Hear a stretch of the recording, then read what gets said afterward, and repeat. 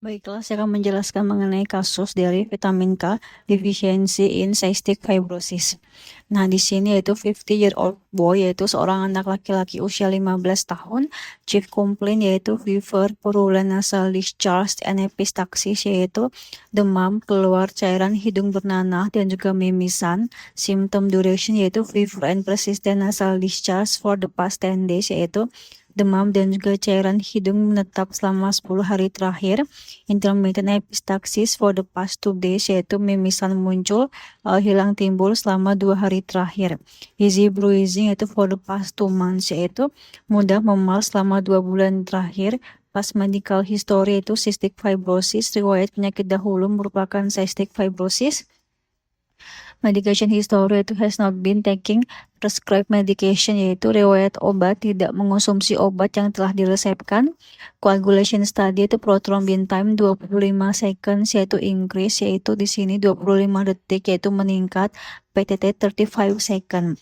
Which coagulation factor is most likely abnormal in this patient, yaitu faktor koagulasi manakah yang paling mungkin abnormal pada pasien ini, yaitu faktor di sini. Baiklah, jawabannya adalah B, yaitu faktor 7.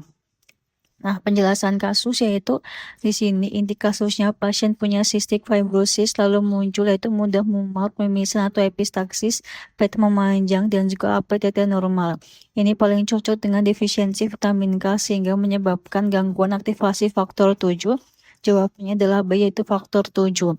Catatan kecilnya adalah bukan faktor 7 meningkat, yaitu tetapi aktivasi faktor 7 menurun atau abnormal karena kekurangan dari suatu vitamin K. Nah, di sini alur berpikir sederhana adalah pertama, cystic fibrosis menyebabkan masalah pankreas. Pada cystic fibrosis yaitu sekret tubuh sangat kental, sekret pankreas juga menjadi kental sehingga bisa menyumbat duktus pankreas. Akibatnya enzim pankreas sulit keluar ke usus, padahal enzim pankreas penting untuk mencerna lemak. 2. Kalau lemak tidak diserap, yaitu vitamin larut lemak juga tidak diserap. Kemudian juga vitamin yang larut lemak adalah ADEK. Cara hafal yaitu ADEK. Pada cystic fibrosis, insufisiensi pankreas menyebabkan malabsorpsi lemak sehingga terjadi defisiensi vitamin ADEK. Nah, 3. Vitamin K penting untuk pembekuan darah, yaitu vitamin K membantu hati mengaktifkan faktor pembekuan, yaitu 2, 7, 9, 10. Cara hafalnya adalah vitamin K sama dengan 1972. Artinya adalah 10, 9, 7, 2, atau di sini adalah X 10, 7, dan juga 2. Selain itu, vitamin K juga membantu aktivasi protein C dan juga protein S. Kemudian juga kenapa pasien mudah memar dan juga mimisan. Kalau vitamin K kurang, maka faktor pembekuan darah tidak aktif, yaitu akibatnya darah sulit membeku. Gejalanya bisa berupa mudah memar, mimisan, pendarahan mukosa, pendarahan gusi, dan juga pendarahan lama berhenti. Kemudian juga kenapa PT memanjang tetapi APTT normal, yaitu ini poin paling high yield, yaitu PT menilai jalur ekstrinsik. Jalur ekstrinsik terutama dipengaruhi oleh faktor 7, yaitu faktor 7 adalah faktor vitamin K dependen yang half-life-nya paling pendek. Kalau vitamin K kurang, yaitu faktor yang pertama kali turun adalah faktor 7. Akibatnya PT memanjang dulu. Kemudian juga sedangkan APTT bisa tetap normal pada defisiensi vitamin K ringan atau awal. Pada defisiensi vitamin K yang berat, APTT juga bisa memanjang karena faktor lain seperti faktor 2, 9, dan juga 10 ikut turun. Nah, ringkasan sepermudahnya adalah cystic fibrosis menyebabkan sekret pankreas kental, kemudian juga menjadi insufisiensi pankreas sehingga terjadi malabsorpsi lemak, menyebabkan vitamin ADK kurang serta vitamin K kurang. Faktor 2, 7, 9, 10 tidak aktif sehingga faktor 7 turun paling cepat dan juga menyebabkan PT memanjang dan juga mudah memar dan juga mimisan. Nah, kemudian juga kenapa pilihan lain salah, yaitu faktor 5, yaitu faktor 5 ini salah, yaitu bukan faktor yang bergantung pada vitamin K. Kemudian juga kalau pasien kekurangan vitamin K, faktor 5 biasanya tidak jadi masalah utama. Kapan faktor 5 benar, yaitu faktor 5 defisiensi bisa menyebabkan PT memanjang, APTT memanjang karena faktor 5 berada di common pathway. Biasanya kondisi ini jarang bisa kongenital atau didapat misalkan pada penyakit hati berat. Kemudian juga di sini faktor 7, yaitu dia benar. Faktor 7 adalah faktor yang bergantung pada vitamin K. Faktor 7 juga punya half-life paling pendek sehingga paling cepat terganggu pada defisiensi vitamin K. Karena faktor 7 berada di extrinsic pathway, maka hasil labnya adalah PT memanjang APTT normal ini sesuai dengan pasien. Nah, C yaitu faktor 8, dia itu salah. Faktor 8 bukan faktor vitamin K dependent. Faktor 8 berada di intrinsic pathway. Kalau faktor 8 rendah biasanya menyebabkan yaitu hemofilia A.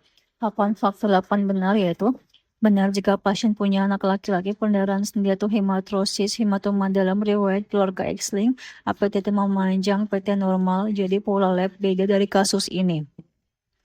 D yaitu faktor 12 salah. Faktor 12 juga bagian dari intrinsic pathway. Defisiensi faktor 12 biasanya menyebabkan APTT memanjang, PT normal, tapi uniknya pasien biasanya tidak mengalami pendarahan klinis. Kapan faktor 12 benar, yaitu benar kalau soal menunjukkan APTT memanjang secara tidak sengaja, tidak ada gejala pendarahan, PT normal. Faktor 12 defisiensi sering ditemukan saat pemeriksaan lab, bukan karena pasien berdarah. Yaitu fibrinogen salah. Fibrinogen berada di final common pathway dan juga membantu membentuk fibrin clot. Fibrinogen tidak bergantung pada vitamin K. Kalau fibrinogen bermasalah, biasanya akan mempengaruhi jalur akhir pembekuan darah. Kapan fibrinogen benar, yaitu benar pada kondisi seperti dialisi, penyakit hati berat, angiofibronogenemia atau hipofibronogenemia. Pola lab yang sering terlihat yaitu PT memanjang, APTT memanjang, platelet bisa turun terutama pada dialisi, D-dimer meningkat pada dialisi, dan juga fibrinogen rendah pada dialisi berat. Tabel hafalan itu faktor 5 itu common pathway, vitamin K dependent tidak, yaitu faktor 5 kan di sini PT APTT meningkat, faktor 5 defisiensi yaitu liver disease, faktor 7 extrinsic pathway di sini yaitu PT vitamin K dependent iya, PT meningkat, faktor 8 tuh di sini extrinsic pathway yaitu di sini vitamin K dependent tidak, APTT meningkat pada hemofilia A. Faktor 12 yaitu intrinsic pathway ya, di sini vitamin K dependent tidak, APTT meningkat biasanya tanpa pendarahan. Fibrinogen common pathway ya, di sini vitamin K dependent tidak, otomatis PT dan juga APTT meningkat pada dialisi liver disease berat. Kalimat hafal itu CF bikin malabsorpsi lemak sehingga menyebabkan vitamin K turun. Faktor 1972 turun menyebabkan faktor 7 turun dulu sehingga PT memanjang, terjadi mimisan dan juga memar. Mnemonik utama adalah vitamin K sama dengan 1972 itu 10972, dan yang paling turun cepat yaitu faktor 7 menyebabkan PT naik dulu.